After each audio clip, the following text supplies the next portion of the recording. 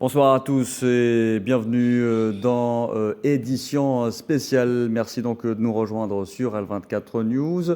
Plus de 55% en un an. C'est la hausse enregistrée par les importations chinoises de pétrole russe. Un bond énorme qui classe désormais la Russie comme premier fournisseur de la Chine en pétrole, détrônant l'Arabie Saoudite. Cela s'explique en partie par la chute des prix du pétrole russe en raison des sanctions visant Moscou par rapport à son offensive sur l'Ukraine. Les raffineurs chinois en ont profité donc pour augmenter leurs approvisionnements en important 8,42 millions de tonnes, soit près de 2 millions de barils par jour, 1,8 plus précisément selon les données de l'administration générale des douanes chinoise citée par Reuters pour tenter de décrypter ce rapprochement économique spectaculaire dans une conjoncture économique semée d'embûches. Nous accueillons aujourd'hui Gamal Abina, expert en questions internationales. Bonsoir. Bonsoir et merci pour l'invitation. C'est moi qui vous remercie. Manuel Pouchelet est également avec nous. Bonsoir. Bonsoir monsieur, merci de votre invitation. C'est moi qui vous remercie. Vous êtes spécialiste en géopolitique et en questions internationales. Messieurs, nous allons tenter de voir un peu plus clair à ce sujet. Je vous retrouve juste après cet éclairage signé Karim Bouaziz. Une hausse importante et rapide. Une Chine de plus en plus demandeuse en énergie a trouvé un partenaire à la fois proche et pouvant assouvir ses considérables besoins. Rien que le mois dernier, le géant asiatique s'est vu acheminer presque 8,5 millions de tonnes de pétrole russe contre 5 millions l'an dernier à la même période. Une Chine énergivore certes, mais d'un autre côté une Russie qui ne peut compter que sur la puissance chinoise pour échapper à un boycott total. Les messages d'avertissement envoyés par les États-Unis et l'Union européenne à l'endroit de Pékin quant à un éventuel rapprochement avec Moscou n'ont eu que très peu d'effet finalement, avec plus 55% d'importations russes sur un an. La démarche de Pékin qui contraste avec l'attitude des Occidentaux qui tentent de réduire la dépendance aux hydrocarbures russes depuis la guerre en Ukraine. Pour ce qui est des achats du gaz liquéfié russe envers la Chine, c'est plus 54% sur la même période. A contrario, des exportations de pétrole russe envers l'Occident en net déclin depuis 100 jours de crise ukrainienne. 3,9 millions de barils contre 3,4 avec l'Union européenne, 0,9 contre 0,1 en direction des États-Unis du Royaume-Uni. Une chute des échanges énergétiques russes compensée par une augmentation des envois vers la Chine, mais aussi vers l'Inde, qui n'a pas condamné l'opération dite spéciale russe en Ukraine. Pour ce qui est du pays d'Asie du Sud, c'est un bond de 0,1 million de barils vendus contre 0,9 million de barils jour, rien que pour la dernière période du mois de mai. Au-delà de la sphère de l'énergie, tout produit confondu, les importations totales chinoises en provenance de Russie ont augmenté durant le mois dernier de 80% sur un an pour atteindre 11 milliards de dollars. Pékin, cet allié donc stratégique de Moscou, qui non seulement refuse de condamner cette dernière, mais rejette la faute des opérations en Ukraine sur les États-Unis et l'OTAN. Retour à vous, messieurs. Donc, on l'a vu, après le déclenchement du conflit en Ukraine et du parti pris par les Occidentaux, on a tenté d'isoler économiquement la Russie, histoire de l'affaiblir. Or, ce pays devient aujourd'hui le premier fournisseur du plus grand importateur mondial de pétrole. Gamal Abina, tout d'abord, cela vous surprend-il ? Non, c'est pas surprenant. Il se passe un chambardement économique et mondial et géopolitique et géoéconomique d'ailleurs. Oui. C'est lié entre deux systèmes qui sont deux blocs opposés. Les Russes, pendant des années, ont tenté de composer avec l'Occident et jusqu'en 2007, Poutine était prêt même à rentrer dans la commission, enfin dans le système économique européen. Donc, il était même prêt à rentrer dans l'OTAN en tant qu'associé. Il était prêt à sécuriser les frontières. Il a fait beaucoup de compromis, puis quand les Américains ont commencé à montrer qu'ils n'étaient pas tellement amicaux, ils ont déployé des missiles qui prétendaient vouloir être adressés aux risques moyen-orientaux, style Daesh et autres. En vérité, c'était les Russes qui étaient encore une fois en ligne de mire. Donc les Russes ont commencé à reculer des accords d'association avec l'Europe. Ils ont commencé, même si c'est déjà très intégré, Ils ont commencé à reculer évidemment par rapport aux questions sécuritaires. L'OSCE qui n'a pas tenu sa parole sur les accords de Minsk, par exemple, c'est un petit peu long, on va pas revenir là-dessus. Mais quoi qu'il en soit, les Russes ont compris qu'ils étaient en danger et en même temps, et c'est le plus important, n'ont pas joué leur partition sans avoir un plan B. Et le plan B, c'est ce fameux rapprochement russo-chinois qui était très inattendu parce que on se souvient que dans les années 70, Mao Tse-tung s'était plutôt rapproché des Américains de Kissinger et s'était écarté de la Chine, de la Russie, parce qu'il y avait un problème de concurrence peut-être entre ces deux grandes puissances, mais surtout idéologique. D'un côté, les Russes qui étaient plutôt une révolution plutôt ouvrière, et puis les Chinois plutôt une révolution qui était basée sur la paysannerie. Donc deux visions du monde un peu différentes. Aujourd'hui, ces questions ne se posent plus. Les Russes et les Chinois se sont rapprochés, et politiquement, et c'est très important.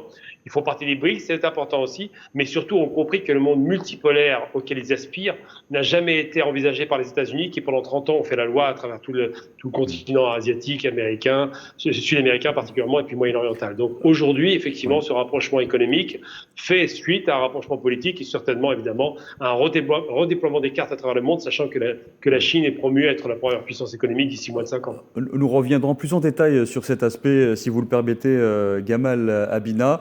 Manuel Pouchelet, je vous repose la même question. Aujourd'hui, la Russie devient le premier fournisseur de la Chine en pétrole. Est-ce surprenant pour vous ? Rien de bien surprenant. Pour l'instant, l'économie chinoise est encore consommatrice d'énergie fossile, ce qui est moins le cas de l'Europe, qui a commencé à marche forcée, on va dire, sa transition énergétique avec l'appel du pied auprès des consommateurs de prendre des produits, on va dire, électriques. La France est un des acteurs principaux en Europe qui agit en cette faveur. Maintenant, les accords entre la Chine et la Russie, pour combien de temps ? Là, on s'étonne des derniers résultats qui sont publiés. N'oublions pas que, si vous voulez, la Chine sort aussi d'une longue période de pandémie où son économie repart, ce qui aussi accélère un petit peu, si vous voulez, ces chiffres qui nous sont communiqués aujourd'hui, alors qu'il y a encore 2 ans et 1 an, voire quelques mois, ces chiffres étaient encore bien en deçà de ce qui est annoncé aujourd'hui. Maintenant, la Russie, si vous voulez, elle a un avantage clé et un atout par rapport aux autres pays producteurs de pétrole. C'est un des rares pays qui est capable d'acheminer de manière sécuritaire cette ressource, ce qui est très important. Et puis, la Chine et la Russie ont bien sûr une histoire de frontières communes. Donc, si vous voulez, il y a aussi ce projet. On va dire qu'aujourd'hui, les régimes autoritaires que sont la Russie et la Chine, et même on oublie de mentionner l'Iran qui s'invite dans l'équation, puisque l'Iran fournit aussi la Chine, où son économie repart de plus belle, où il faut alimenter tous ces circuits en pétrole. Maintenant, combien de temps cela va durer, on ne le sait pas encore. La Chine, discrètement, accélère aussi sa transition énergétique. Bientôt, de nombreux marchés mondiaux vont être inondés, si je puis me permettre, par des produits chinois qui ont déjà des solutions auto électriques qui commencent à être de sérieux concurrents par rapport aux solutions que nous connaissons actuellement. Manuel Pouchelet, à qui profite le plus ce deal, à la Chine ou à la Russie, puisqu'on dit que le pétrole russe est cédé à des prix plutôt avantageux aux Chinois? Alors là, si vous voulez, la Russie, j'ai l'impression, pratique des prix auprès de ses alliés. On l'a vu avec l'Inde, M. Modi s'en est vanté, à tel point que même M. Modi, le Premier ministre indien, a même l'intention de revendre son pétrole aux Occidentaux en margeant assez fort. De toute façon, l'économie russe, il faut prendre en compte la chose suivante. Les matières premières, les ressources naturelles, si vous voulez, font partie de cette économie. Pour l'instant, c'est pas une industrie de service, l'économie russe, si vous voulez. Donc c'est très délicat. Pour l'instant, c'est leur seul atout. Combien de temps ça va durer ? Là, il y a quand même une inconnue. En fait, la Russie est en train de démontrer aux Américains quelle est une alternative crédible à leur solution. Ils veulent avoir la main mise à chaque fois sur chacune des solutions concernant les ressources naturelles. Nous avons pu voir les interférences et les interactions et les immixtions que vous avez au Moyen-Orient et également en Amérique du Sud qui sont leurs précarés. Également sous d'autres territoires, ou même aussi vous avez la Turquie qui s'invite aussi maintenant en Méditerranée orientale. Donc tout ça font partie que la Russie, si vous voulez, a la chance de proposer des acheminements stratégiques de ces ressources naturelles qui sont sous la plus haute sécurité, chose que les autres pays et solutions concurrentes ont du mal à fournir en tout cas. Voilà, donc ça profite à la Russie, je vous le confirme. Très bien. Gamal Abina, êtes-vous du même avis ? Pas du tout. Il y a plusieurs choses qui me surprennent dans ce qui vient d'être dit. La première, c'est le fait de dire qu'il y a une transition économique, il y a une transition énergétique en Europe. Les pays européens qui bénéficient à plein, entre guillemets, de cette fameuse transition à l'électrique, donc aux centrales nucléaires, c'est la France. L'Allemagne est en panique littérale, puisqu'elle dépend totalement, quasiment, des approvisionnements. L'Allemagne, permettez-moi, qui vient de réactiver justement ces centrales nucléaires, qui compte réactiver ces centrales nucléaires. Ouais. Ils sont obligés de revenir en arrière parce qu'effectivement, les approvisionnements, c'est chronique, hein, c'est pas d'hier. L'Allemagne, depuis même les années 20-30, ils ont été jusqu'à faire la guerre à l'Union soviétique pour prendre le pétrole de Bakou. L'Allemagne dépend totalement pour 50% du charbon russe, parce qu'ils produisent encore du charbon, les Allemands, mais surtout quasiment 100% du gaz, du pétrole russe. Alors, c'est pas une question non plus d'approvisionnement. D'abord, les pays européens, pour l'essentiel, ont besoin de ces énergies fossiles. J'ai eu la chance de dîner un soir avec Christophe de Margerie, l'ancien DG de Total, qui nous a quittés, et il expliquait simplement, dans une rencontre qu'on a eu la chance d'avoir, il nous expliquait que le pétrole, tout pétrole, il y en a encore pour 100 ans. C'est quelqu'un qui est un pétrolier qui parle. Il explique qu'on a beau gesticuler et faire tout un tas de choses pour éviter le pétrole. La France travaille avec ses approvisionnements en uranium qu'elle veut sécuriser par le Niger, mais il n'en demeure pas moins que le monde tourne au pétrole et au gaz, et particulièrement au gaz, qui est devenu la denrée la plus importante et qui a d'ailleurs nourri le Qatar. Ensuite, la question des approvisionnements sécurisés, je pense que la sécurisation des approvisionnements par la Russie n'est pas moins importante que celle qui est garantie par, on va prendre le Qatar simplement, l'Algérie ou d'autres pays comme cela, qui ne sont pas en guerre, qui n'ont pas vraiment été impactés. Les pays qui ont été impactés en guerre, c'est surtout l'Irak, la Syrie dans une moindre mesure, parce qu'ils produisent peu de pétrole, c'est des pays comme ça. Mais la plupart des pays du monde qui approvisionnent l'Occident, comme le Venezuela, qui est le principal producteur de pétrole, quasiment en réserve, sont des pays qui n'ont pas de problème de sécurisation. Par contre, effectivement, le redéploiement de la Chine vis-à-vis de son partenaire et allié stratégique, aujourd'hui revendiqué depuis les BRICS d'ailleurs, n'est pas fait par hasard. On voit bien que leur nouvelle route de la soie passe aussi par la Russie, qui vient d'inaugurer un pont qui enjambe le fleuve Amour, qui relie la Russie à la Chine. Tout ça, c'est une réalité qui a complètement changé la configuration géopolitique mondiale, et surtout qui démontre que le vent s'est porté vers l'Est. Maintenant, les puissances sont à l'Est, la production de richesse est à l'Est, la production énergétique est à l'Est, et cette production est garantie par deux grandes puissances nucléaires que sont la Chine, évidemment, et la Russie.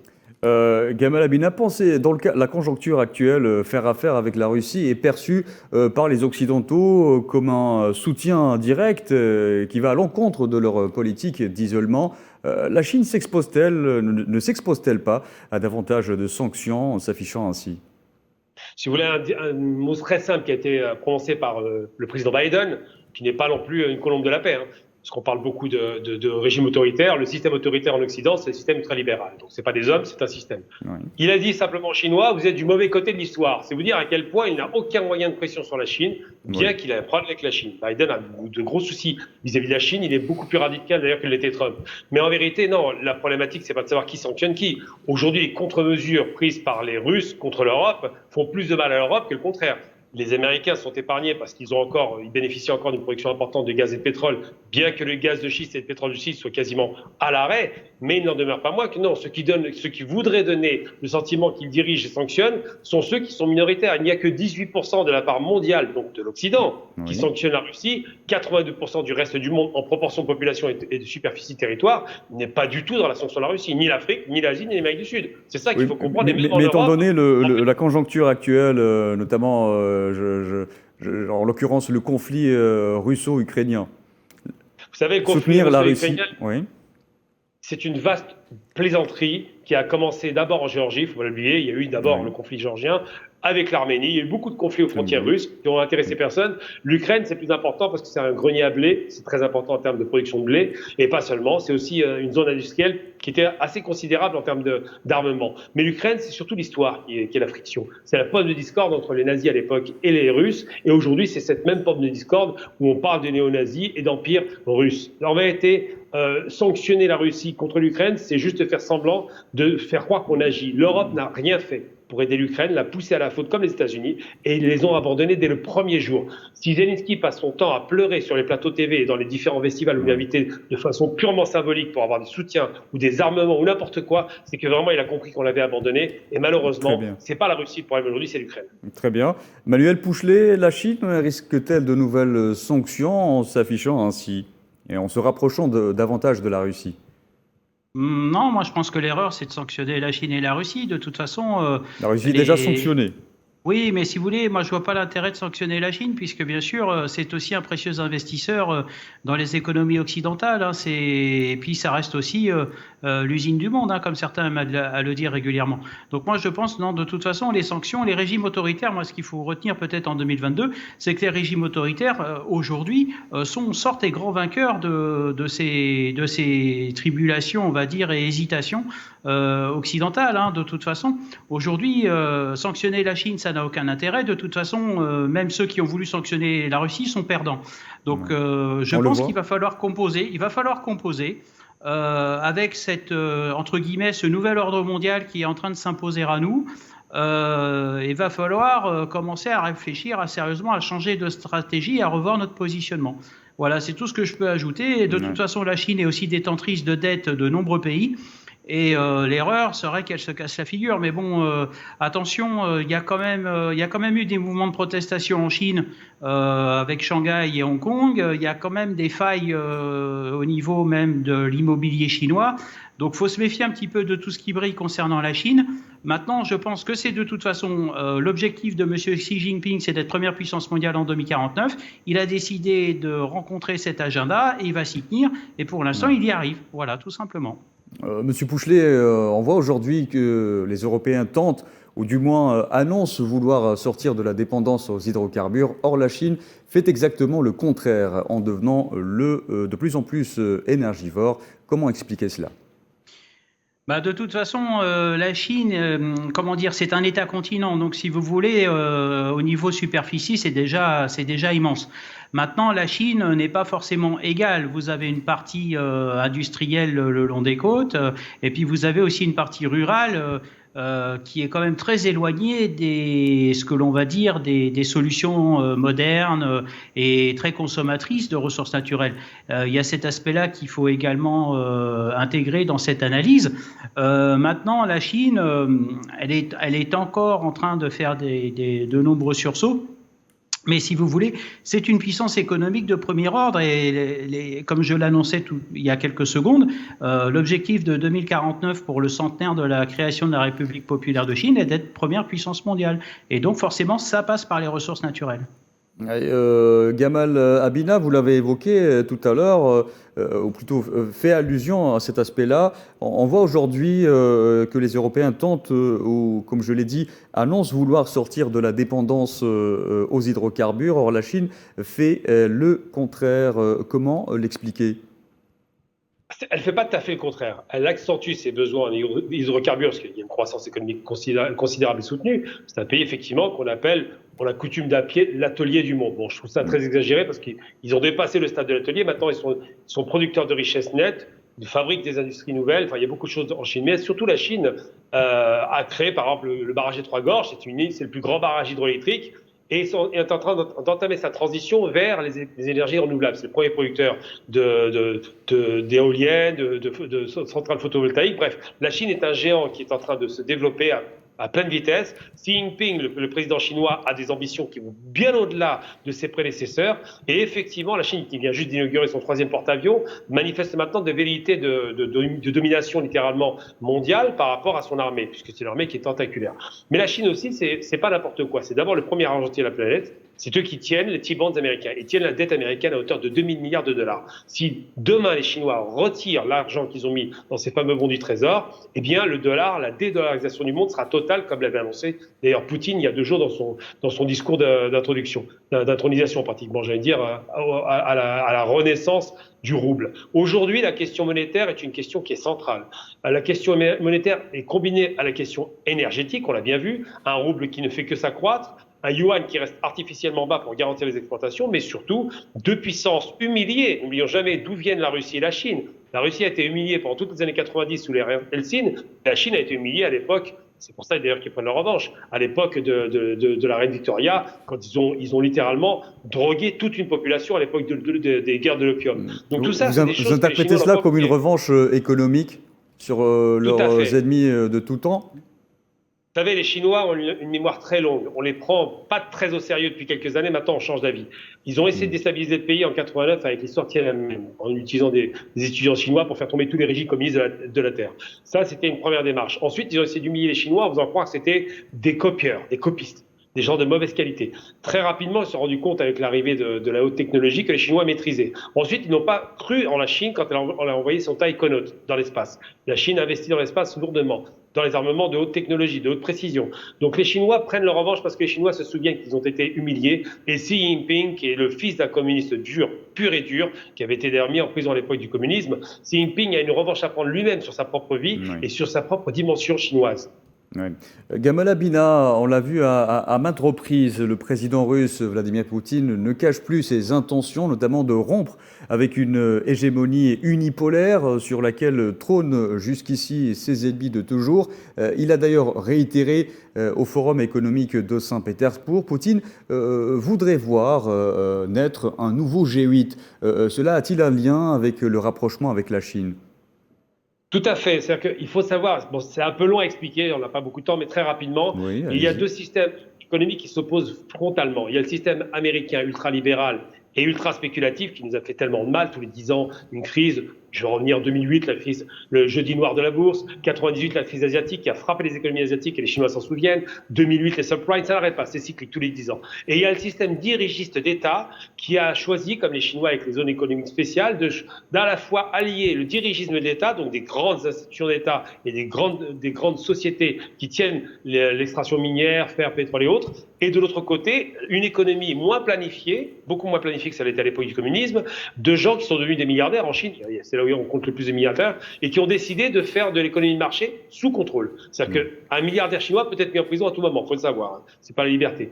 La Russie aime ce modèle et a tenté de le copier. Donc aujourd'hui, on a deux types d'économies. D'un côté, une économie mixte qui a un aspect social, quand même 1,2 milliard de personnes à nourrir en Chine, et de l'autre côté, une économie ultralibérale, les États-Unis, avec 30 millions de personnes qui vivent sous le seuil de pauvreté et un système cyclique de crise. Donc, à choisir entre les deux, les Chinois, je crois, et les Russes ont décidé une alternative économique qui serait un nouveau G8, beaucoup plus équitable par rapport aux populations, et j'en veux pour preuve, ils viennent d'inviter, par exemple, le président Tebboune, là, pour leur prochain sommet de la BRICS. Et c'est pas par hasard qu'on invite Tebboune, parce qu'ils considèrent que Tebboune répond à ces critères qui sont de nouveaux critères économiques.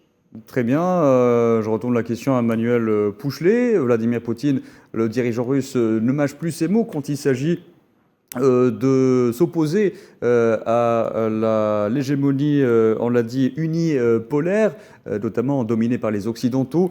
Les autres dirigeants pourraient-ils suivre la cadence russe ?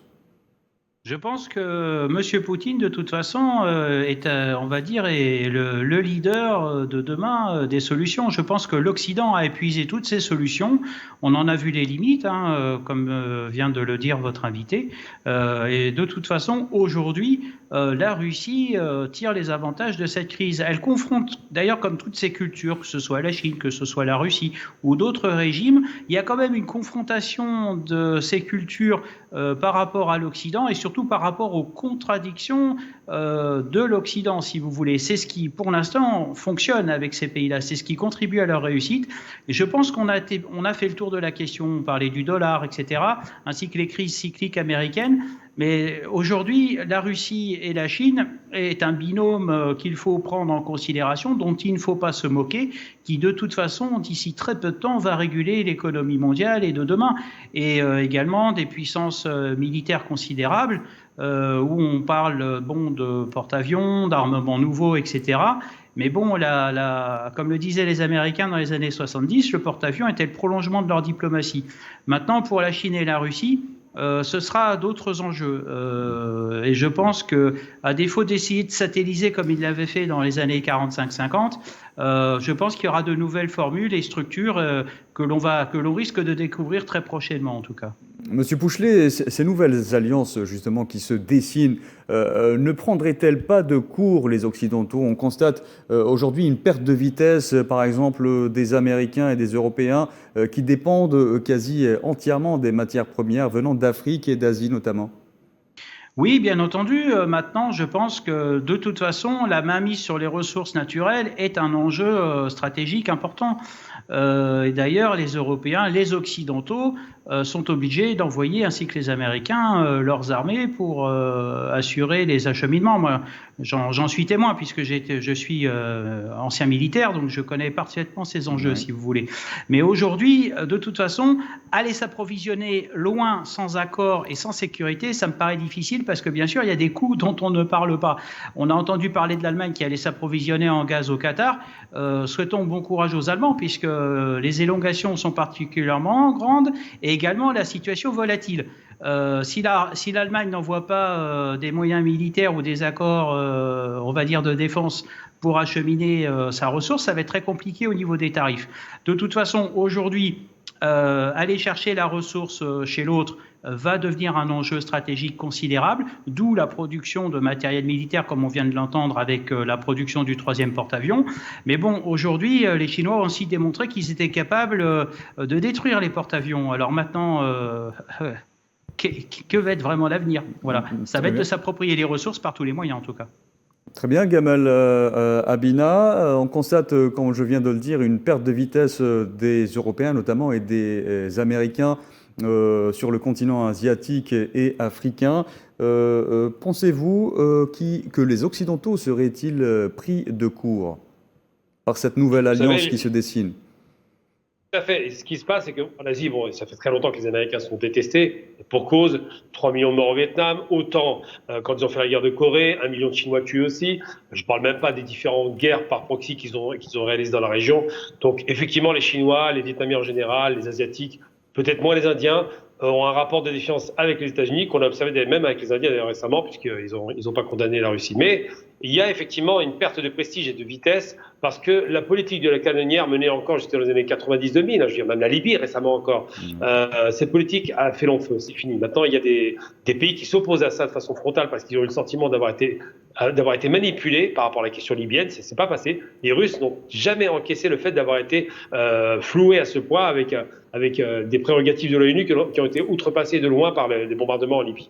Mais une chose est certaine, c'est qu'on voit bien que le continent qui intéresse le plus le reste du monde, c'est l'Afrique. C'est l'Afrique qui est devenu le continent le moins bien exploité et qui a le plus de ressources. Et on voit bien que la France recule pour la question du Mali, on le voit bien un peu partout en Afrique de l'Ouest, là où c'était son précaré. On voit bien que les Anglais commencent à être un petit peu questionnés sur leur positionnement par rapport à leur Commonwealth. Et on voit bien évidemment que les Russes et les Chinois ont décidé d'utiliser une stratégie qui est très intelligente d'ailleurs, qui est celle du partenariat stratégique. C'est-à-dire qu'ils disent, nous arrivons en étant des États qui n'ont pas été coloniaux, nous ne sommes pas colonialistes, nous avons été humiliés nous aussi comme vous, et nous allons travailler avec vous pour vous développer parce que sous la domination occidentale ou sous le néocolonialisme, vous n'avez rien obtenu en 60 ans. Nous changerons la donne radicalement et on se rend bien compte qu'en Afrique, la plupart des grands pays africains aujourd'hui, les investisseurs les plus importants sont les Chinois, suivis par, en termes de défense, les Russes. Merci beaucoup Gamal Abina, merci d'avoir répondu à nos questions. Je rappelle que vous êtes expert en questions internationales. Je remercie également Manuel Pouchelet. Vous étiez également notre invité aujourd'hui. Vous êtes spécialiste en géopolitique et questions internationales. Messieurs, je vous remercie encore une fois d'avoir participé à ce débat. Restez sur Al24 News. Ne manquez pas le journal en français. Ce sera à 19h avec Nouhad Belkhadem.